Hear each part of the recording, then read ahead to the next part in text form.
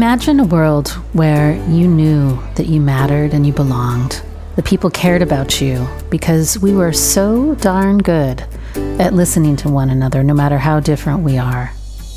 That is what Sidewalk Talk is doing by putting listeners on sidewalks all over the world so that we can practice the art of connecting.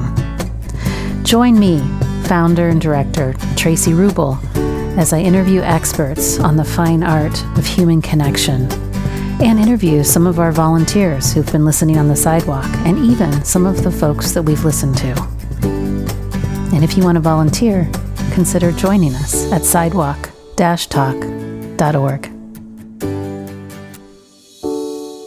So I want you all to be really proud about how much I could keep my mouth shut during this next podcast interview with Dr. Tania Singer from the Max Planck Institute.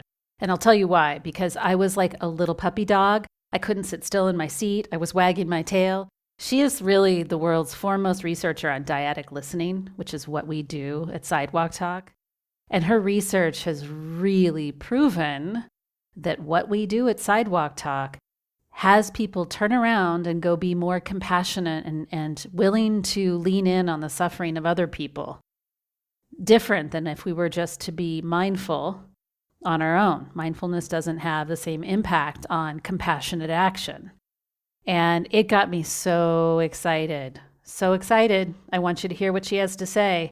And I want you to remember that this podcast is going live leading up to Giving Tuesday. And if there has been anything that has made you want to really invest in this work growing, whether it's you donate a monthly donation to keep this work and the impact of it going, or you decide to start a chapter, I want you to remember us, because this is the prerequisite for wellness for people, communities, politics, and the planet.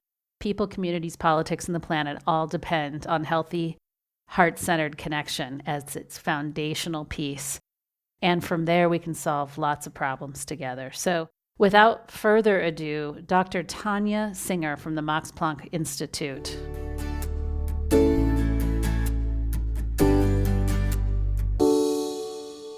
So, Dr. Tania Singer, I stalked you on the internet. Hello. A nice stalker. I'm a nice stalker. Good.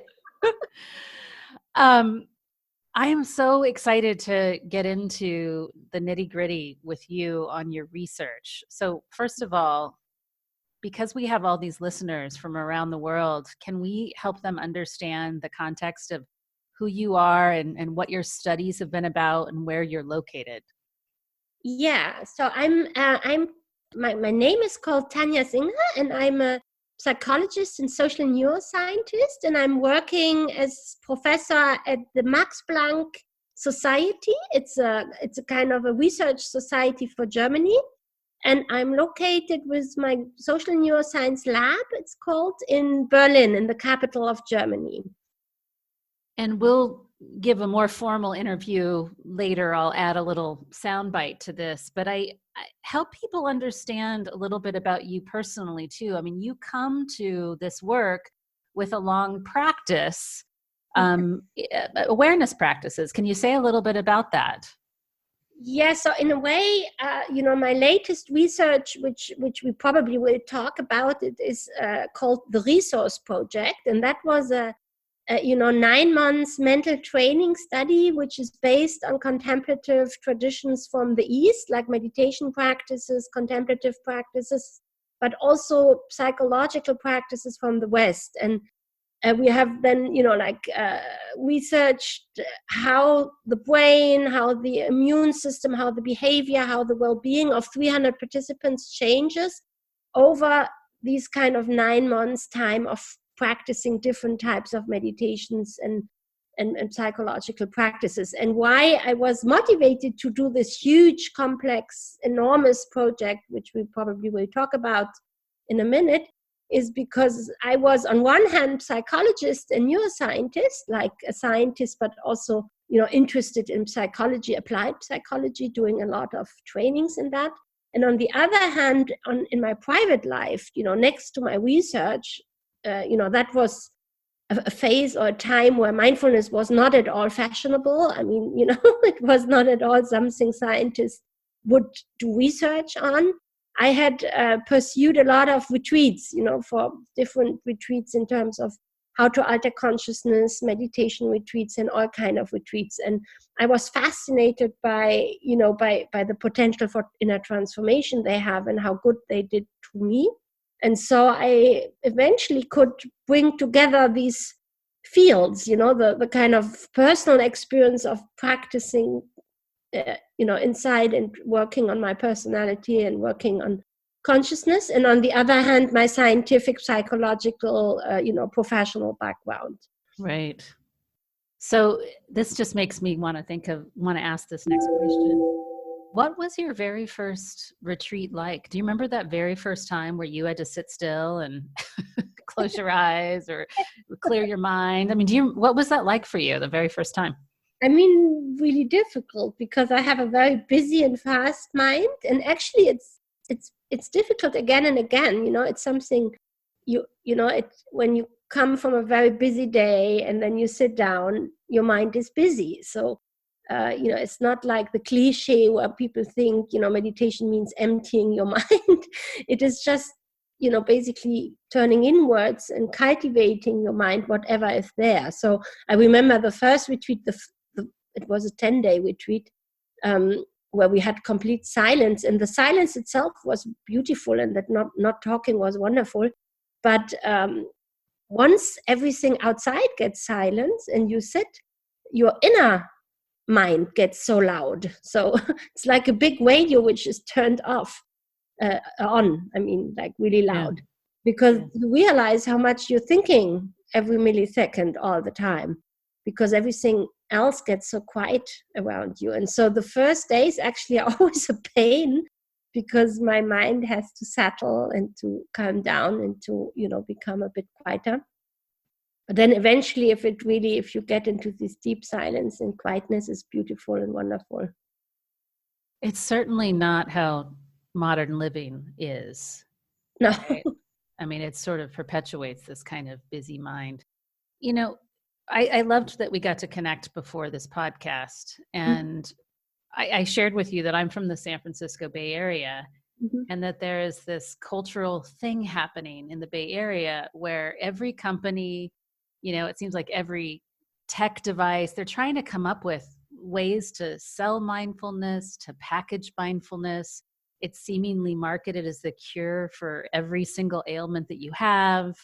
I'm just curious what your thoughts have been on the evolution of mindfulness, and where might that be beneficial, that we're squishing it into so many places, and where might we be losing something? Yeah, somehow that's a topic we have been discussing in this whole, like the early generation, also, connected to the Mind and Life Institute, which had like since the 80s dialogues between the Dalai Lama and, Eastern contemplative experts and Western scientists. When we started, mindfulness wasn't a thing. It wasn't a fashion. It wasn't, there were no apps. So, this movement came out of the very old traditions of masters, like, meditation teacher, which had to have a lifetime of experience before they could call themselves teachers and, teach people these old wisdoms, these old practices of wisdom teaching. And this picture has radically changed, through making mindfulness and meditation scientifically available. It kind of opened a lot of doors, into Western culture, and now, clinics first, and then also businesses, and, healthcare system. Now mindfulness entering in education. So what is beautiful is that this really old wisdom, which is so important for our humanity, is entering now in the Western world in all streams of society. There's even Mindfulness UK in England, in the government. So, but let's say the backdoor is that sometimes is what we call Mac mindfulness. Sometimes basically it's a bit like going in the other extreme, that these kind of very old wisdoms are getting packaged like an Adidas shoe or like the newest kind of toothbrush or so on. And obviously, you know, these practices are not something you can learn in 2 days or in 3 days. It's a whole lifetime practice in a way. You know, to become conscious is not something you do 10 minutes on an app and that's it, or, you know, just a weekend. It's a lifelong learning in a way. And so I guess the danger is that we are, you know, that it becomes a bit watery. And so the other, you know, the resource project I was talking at the beginning was also an effort to bring mindfulness a little bit back into its ethical and also compassionate context. So I think what mindfulness at the beginning in the West was very much reduced to, which is not at all, you know, the definition of mindfulness used in the East, is attention training, to become more efficient, you know, to concentrate, to stabilize the mind. But if you look at where mindfulness is actually embedded, is to alleviate suffering, to reduce suffering from us and from others, and to cultivate compassion ultimately. You know, it's all about bringing compassion into the world.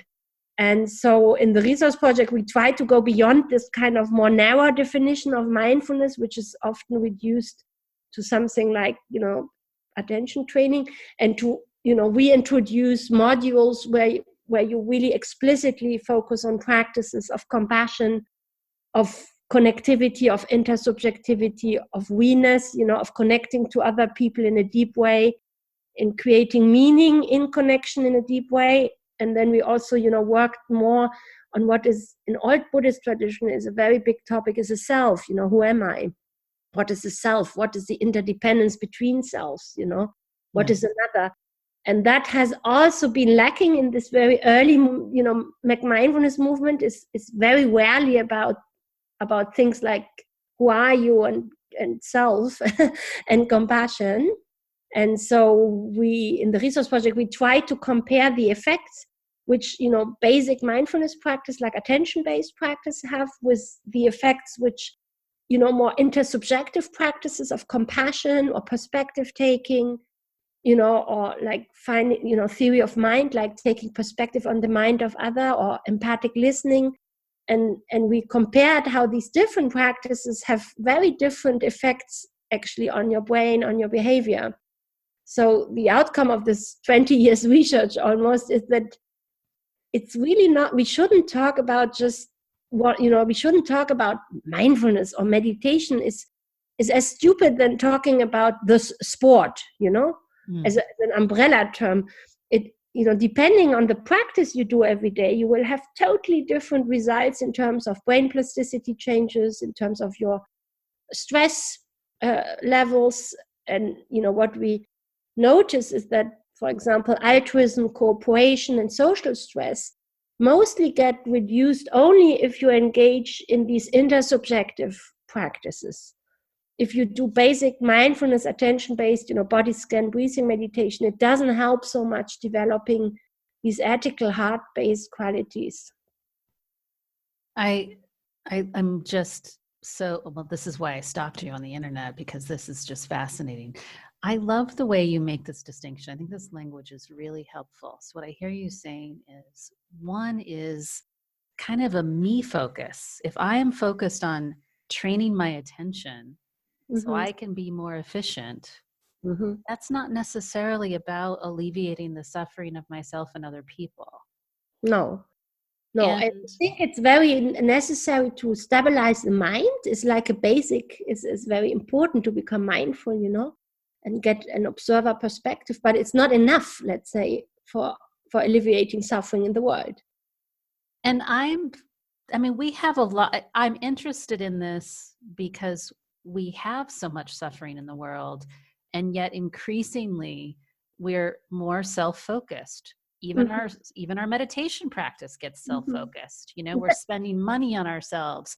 We're meditating for ourselves. We go to therapy for ourselves. Like I still see things turning inward to improve the self. And, you know, I shared with you that I started listening on the sidewalk to sort of question that in a way.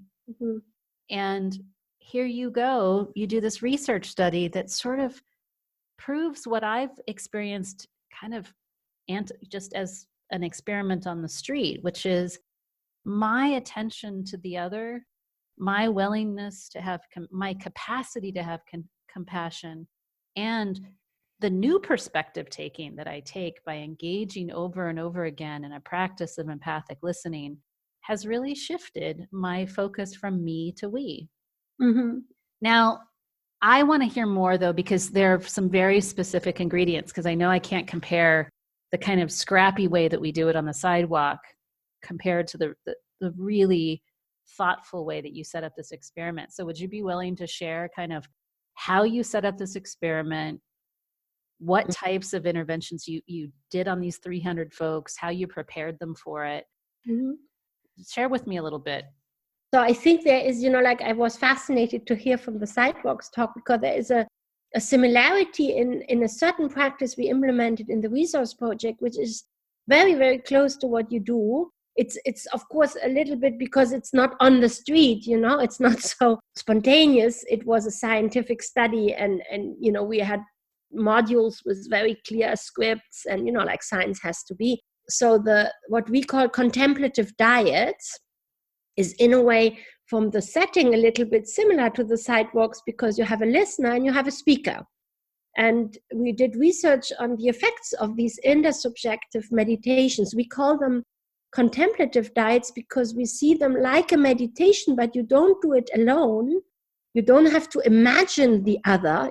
Some of the compassion practices in Buddhism require that you imagine another. And sometimes it's difficult because you have to hold the picture of some imaginary other in your mind, and then do, loving kindness training. And, and so I thought, why not just having a real person, on the other side, and you practice on certain questions. So the difference to the sidewalk talks, I think, in the contemplative dyads is that one person would ask the other a question. So let's say in the affect diet, it's called affect diet because it's part of the affective, socio-affective training module. We have 3 different modules, and they have 3 different names. They have like presence, affect, compassion. And you were studying different things with each module, correct? Exactly. Yeah. In the presence module, we basically studied the effect of basic attention-based mindfulness practices you do alone. In the affect module, we practice basically all the practice you could call social emotionals, like opening the heart, practices of loving kindness, empathic listening, gratitude, accepting difficult emotion, pro-social caring, motivation, So that is because we know in the brain it's a certain circuitry which is subserving these, heart-based qualities of, emotional and motivational feelings. And the 3rd module was called perspective taking because it's very cognitive in nature, and there you train to basically cultivate your inner observer, the bird's eye view on your mind and on your inner parts. And so you also learn how to take perspective on the minds of others. What is the other believing? What are the belief system of this other person? And to really go out of your own perspective and belief system and creep into the perspective of another, to do these perspective shifts. And also kind of take a bird's eye perspective, this is why we call it perspective module, on your inner parts, which different inner personality part are you composed of, the inner judge, the kind of playful child, the loving mother, all these different roles we have.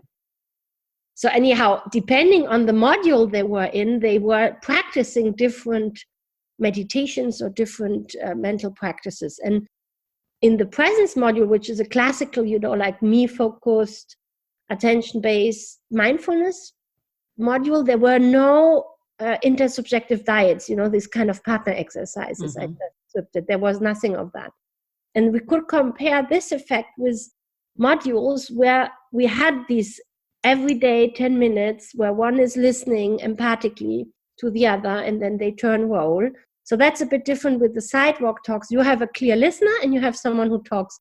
In the contemplative dyad, you have 5 minutes, I'm the listener, and you answer a certain question. You meditate basically on a certain question, like, give me a situation of the last 24 hours. You were kind of stressed, and how did it feel in your body? Or, give me a situation where you felt gratitude, and how did that gratitude felt in your body? Question like that, Mm-hmm. And you meditate and explore this kind of loudly and I just listen, like in the Sidewalk Talks. But then we switch role. So the listener becomes the talker and the talker becomes a listener. So in a way you have switch of the roles. But it's of course a totally different situation because these participants, they are like 80 in one cohort. There is a very safe space. It's not on the street. They have inscribed themselves to participate in a 9-month study. They were on retreats, three-day silent retreats at the beginning of each module. They are paired every week. They get a new partner paired by us, and so of course the environment is much more safe. So they start sharing very deep, vulnerable stories of their lives to each other, because they know that the content will not go out. It's a bit like in therapy, but there is no therapist and there is no client. They are just democratically equal two people, sharing out of vulnerability and listening empathically to each other. And these diets were incredibly effective. They were very, like, for example, reducing social stress, like cortisol in the body after a social stressor, not like daily stressor, but social stressor. And social stressor are usually, the cortisol response in a social stress test is usually because you feel judged by others, you feel not adequate, you feel not good enough, you feel, you should have worked more, you should have been better, all these kind of very high performance, achievement motivated fears that you are not good enough or you're judged by another. And what we observed is that in the modules where you do 10 minutes partner intersubjective diets, like partner exercise, you get 51% reduction of social stress. Wow. However, if you do just, like attention-based mindfulness without these kind of self-compassion and compassion components, these kind of social components, you don't get any reduction in cortisol stress response after 3 months. So really, this really speaking, if you want to reduce stress, you have to practice the intersubjective nature of, experiencing that someone listens to you and does not judge you and is not judging you, and you will listen and you will also not judge because you don't want to be judged either. So I don't want to skip by this too quickly because this is pretty profound. This is pretty profound, right? Mm-hmm. I mean, what you're saying is that there are some massive benefits from being with another human while you're engaging in this contemplative practice that you cannot get when you do this all by yourself. Yes, I mean, what I cannot say is like what we did not compare because we couldn't do 500 studies is if you just imagine another person and you would do this empathic compassion exercise, like in loving kindness meditation, where you basically imagine a social situation, you might have the same reduction. We don't know. We can only say in the modules where you don't have diets, these intersubjective, relational practices, but only attention-based mindfulness, you don't find social stress reduction after 3 months. So you find it on questionnaires, but not on the hormonal level. And it makes sense because, if you just try to come back to your breathing, you learn to stabilize and calm your mind, but you don't learn that other people might not judge you and that you shouldn't be afraid anymore, that you don't learn anything about the other. Mm-hmm. Well, and so I know that I'm asking you to be prescriptive, but just be human with me for a second here. What do you think the impact potentially is if we reduce our social stress and are worried less about being judged, or if frankly we judge less other people? I mean, I think it's huge. I think we have, as as a therapist, we have all these increase in stress-related diseases already, in school. And I think we are chronically stressed about not being good enough because all our big systems are based on achievement motivation and comparing ourselves with the hyper-individualism and, competitive power motivation are always about being better than others, So this kind of fear of not being good enough and not being always excelling and the best is kind of ingrained in our culture and our educational system and our scientific system, all the big systems. So if we could lower that motivation and, increase care motivation, affiliative relationship motivation, and really learn not to judge, but really to accept the other as he is or she is, and also accept ourselves in the first place, I think we would cure many, many of our cultural, increasing diseases, including also depression, depressive episodes, which are also increasing in very young adulthood already. Yeah. Yeah. And loneliness, we have a loneliness epidemics as well, which is crazy because, we have more and more apps and more social media, and still, in the young people, subjective loneliness increases, not the 80 plus. And so I think also your work with the Sidewalk Talks is crucial to reconnect people on a deeper level of listening and connecting.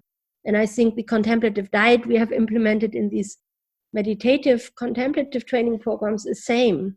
They are absolutely crucial, I think, to reconnect to ourselves and other people in a deep and not narcissistic way. In a deep and not narcissistic way.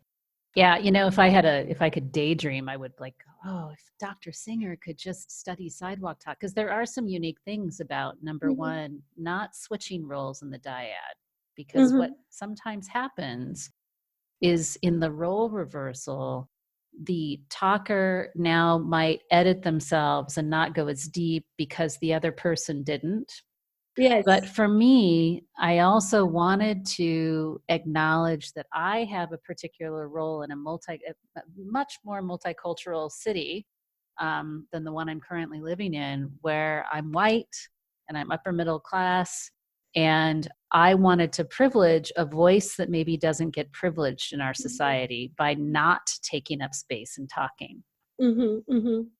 Yeah, I mean, that is a real, also you had a kind of a social activist role almost, by yes, and of course, in the contemplative diets was we implemented in the resource project is also really let's say a designed way to also train social skills. Like, for example, with one diet, we call them perspective diet, we train theory of mind, the skill to take perspectives. So but perhaps one thing which I might add, what we had asked the people, because it was new, these kind of diets, we didn't know whether they would do it, because at the beginning they said, what? We have to not only meditate ourselves, 20 minutes every day, but connect with someone we don't know and tell him such personal stuff. And that over 90, people were not imagining they could do it.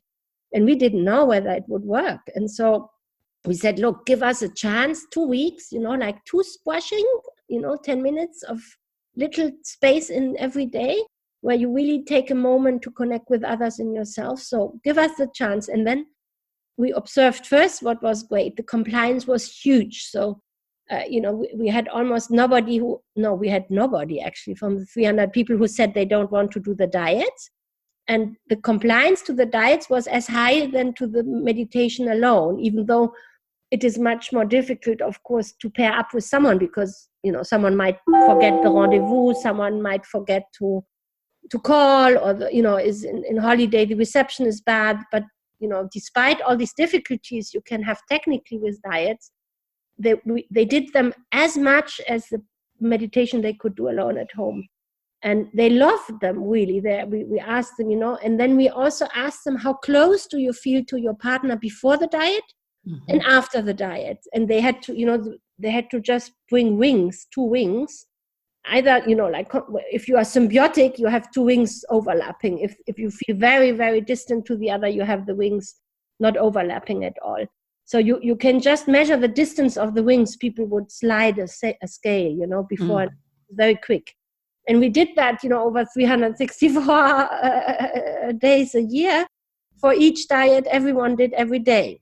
So we published these data, and what we could show is an interesting thing. First, after doing every diet, people always felt closer to the other. But now what we were more interested, does this feeling of connectedness and closeness, does it also generalize to people who have not done the diet yet? Does it generalize to a feeling of connectedness to world? So we we looked at how close do they feel in the second week when they are paired with a new person they have not yet known, they have not done a diet yet.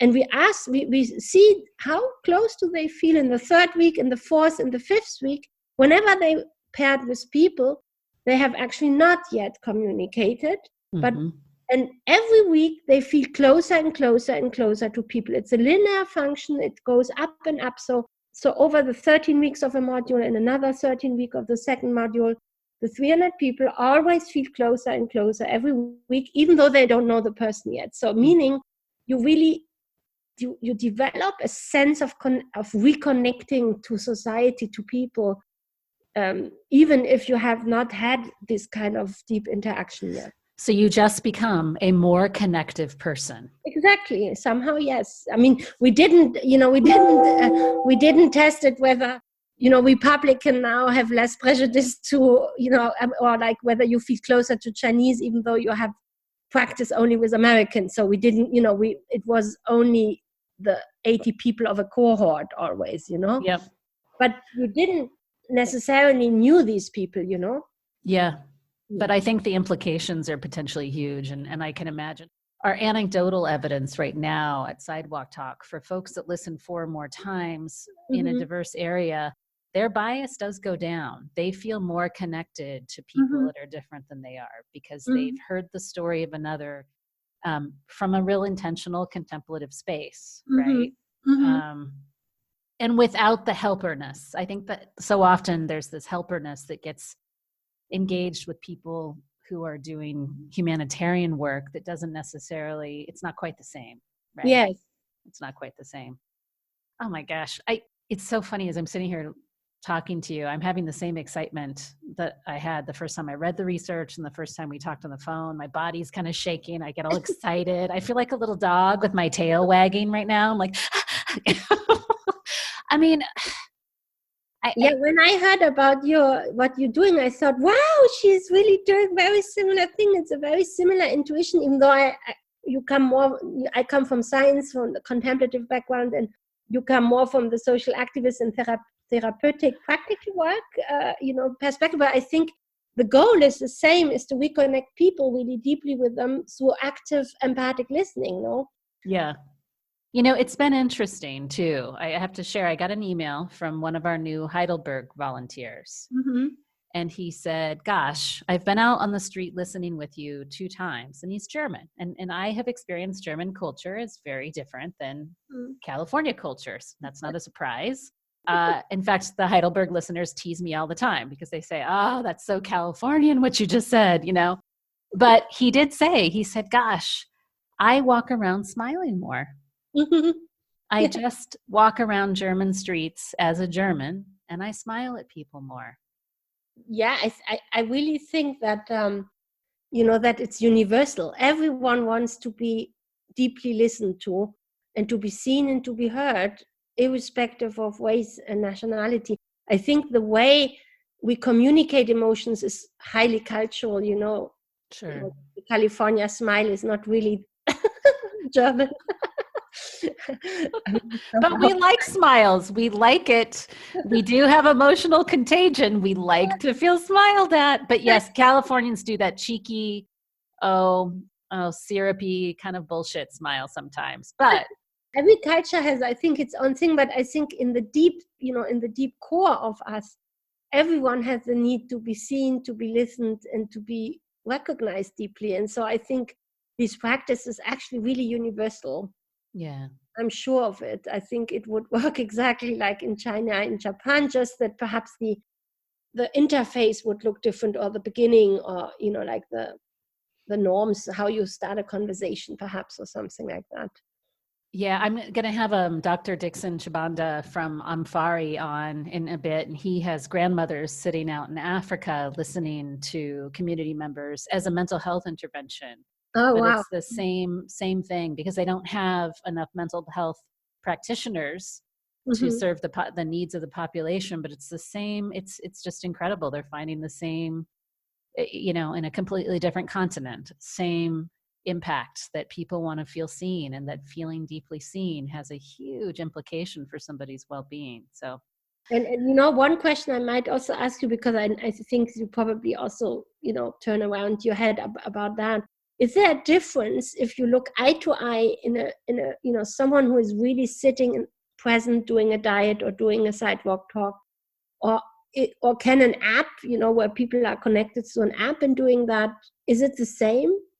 Or is there something about the real physical presence of a person and the real physical eye-to-eye contact, which is adding some very deep intimacy and specialty to this encounter? Well, I know that you and I have talked a little bit about apps offline. I think I'm going to say something about this because I was considering this. I'm in Germany now, and I am still seeing psychotherapy clients over video, right? Yeah. What I've noticed is that video sessions have been just as impactful, but I also notice that there's a difference based on what machine I'm sitting in front of, because I don't expect my PC or my laptop to give me the dopamine hits that I expect my cell phone to give me. Yeah. And I noticed the other day I had to take a call because it was running late using video on my cell phone. And I noticed that my body felt different sitting in front of my cell phone because the screen was smaller. I couldn't see their faces clearly. Yeah. I also think I've been conditioned to expect something different from my cell phone, which is constant stimulation, comparing, likes. I'm expecting that from that device. So I think there's potential over video. And I think some of your dyads were done over video, right? I mean, we had not videos on, just calls. And so daily practice of dyads, we just did like we do now, like just audio. But every week they were coming together for a 2-hour session, and they were sitting eye to eye. So every week they did basically 2 hours of real meditation with teachers in a real room with real people, with a real community. And I don't know if we would just have done it only via app and only via, audio, whether it would have been the same. I don't know. We didn't compare it scientifically, so we don't know. Well, the thing I like about your study is the one intervention where you have the two people sit in silence, making contact with each other. And I think that becomes very difficult to do over technology, right? Where they can, person to person, I think words get in the way. I mean, this is all of Jacques Lacan's stuff, that language is a wound, right? Because it separates us. And so, I mean, there's surely something extremely intimate, and also in terms of, brain science, we know that eyes of people are processed through different channels than, for example, voice. It's different pathways. And evolutionary eyes have been extremely important, and it's a very intimate, like just looking into the eyes. My experience, just without data, we didn't collect tears in our research project, but my experience was that whenever we introduced the diet and and the 80 people of a cohort, in the retreat center at the beginning, when they first listened, without interrupting, without nodding, without intruding into the space of the other, just listening, many people had tears. Yeah. And we asked them afterward, why did you have tears? Because we wanted to make sure that's okay. And it was tears of amazement and joy. And so many said, I don't know when I have the last time really listened without already preparing my response in my head while listening, because I knew it's my turn, or I will interrupt. Or when did I really listen and really just, mindfully were there for the space of the other? And it brought a lot of tears in many, many participants. It was deeply moving just to look into these eyes without any intention of communicating in that sense, but really just holding the mindful space for the other to explore herself or himself. And that really moved people extremely deeply. And I did the same. The inspiration I had to further develop it into this kind of daily practice was a Satori retreat. I did, in Australia, a Satori retreat where you have these intersubjective practice. You're sitting in front of the other. It's kind of like a Zen. It's a mix of psychology and Zen retreat. And from morning to evening, you you're asking always one question: who are you? Mm. I would ask you, tell me who you are, and then for 5 minutes you would just pour out everything you think you are. And you do that from morning to evening for 6 or 7 or 8 days, and then eventually you pop into the answer. That's why it's called satori. You have this revelation. It's not an intellectual understanding of who you are. It's a dropping into it. Yeah. And for me, it was the first time I did this kind of retreats, not alone, closing my eyes, but with someone with the eyes on opposite side of me, looking at me and just listening, being like a witnesser of me exploring this deep question. And I was so incredibly moved. Yeah. I'm moved just hearing about it. It sounds so touching. It reminds me of one of our inspirations for Sidewalk Talk, which was Maria Abramovich's piece at the Met, The Artist is Present. Yeah. And I think you remind me of an important element, because what you're describing is, you said, the listener doesn't invade the space of the person communicating. And I think that's a really beautiful, I can almost feel in my body as you describe it, what it would be like to not even have somebody reflect back what you've said or nod, but to simply hold a kind of presence that says, I see you. Yes. And nothing more. And that is really the beauty of this type of empathic listening, because, we really have to teach. This is why I always say, I cannot just give you the question of the diet and then you do it. There are so many subtle things to teach first to really do it in this kind of contemplative spirit. And one thing is, for example, that you shouldn't make mimic, because there are verbal and non-verbal ways of how to interrupt the other. And if you nod too much, our social brain is so conditioned. Someone talks, you nod, you do affirmation. And in this diet, we really teach the people, don't do anything, really just hold, lovingly, but presently the space, but you don't nod, you don't make some kind of non-verbal gestures in your face, and people don't notice first that they do all the time these kind of social cue gestures. And then at the beginning we really have to remind them and to say, just be aware. People will not find it non-polite. We are doing a meditation here, we're doing a contemplative practice, and it's not a social chit-chat. So you don't have to worry about social norms here. It's really, well, and to quite the opposite, it sounds like when you removed that layer of social norm, it sounds like it went deeper. Absolutely. And it's so relieving, because it's really not anymore about the social politeness and what do you expect, and does he like me, and does he judge me, or does he not like me, and will I be interrupted? So there is really, this space which is opening up, this huge space. It's only your time to explore a deep question, and the other will 100% be with you and listen and be present. And the being present of the other deepens your experience. It's not just someone is silent and he could be not there. Even though he's not doing anything, he's not giving any advice, he's not talking. The presence of the other is deepening your practice. And that's the phenomenal thing. Yeah, that both people gain, even the person that's holding the space. Exactly, even the listener, Yeah. Well, I know that I've taken up so much of your time. I could just listen to you for days. Talking about this, it's just, I'm still wagging my tail here like a little dog. So this podcast will get personally emailed to all 7,000 of our volunteers. So here's an opportunity for you. If you had a wish or a piece of advice to speak directly to these 7,000 people, what would you want to say to them? It's 7,000 people of listeners or listeners? Just listeners. Sidewalk Talk listeners around the world. I would just say thank you for doing it. That's so sweet. Because the impact. You're one of the few people that really gets the impact. It's so important. And I think I really feel that in our Western society, the subjective loneliness is like a worst virus we have, but it is so invisible that we don't realize that it's eating us up.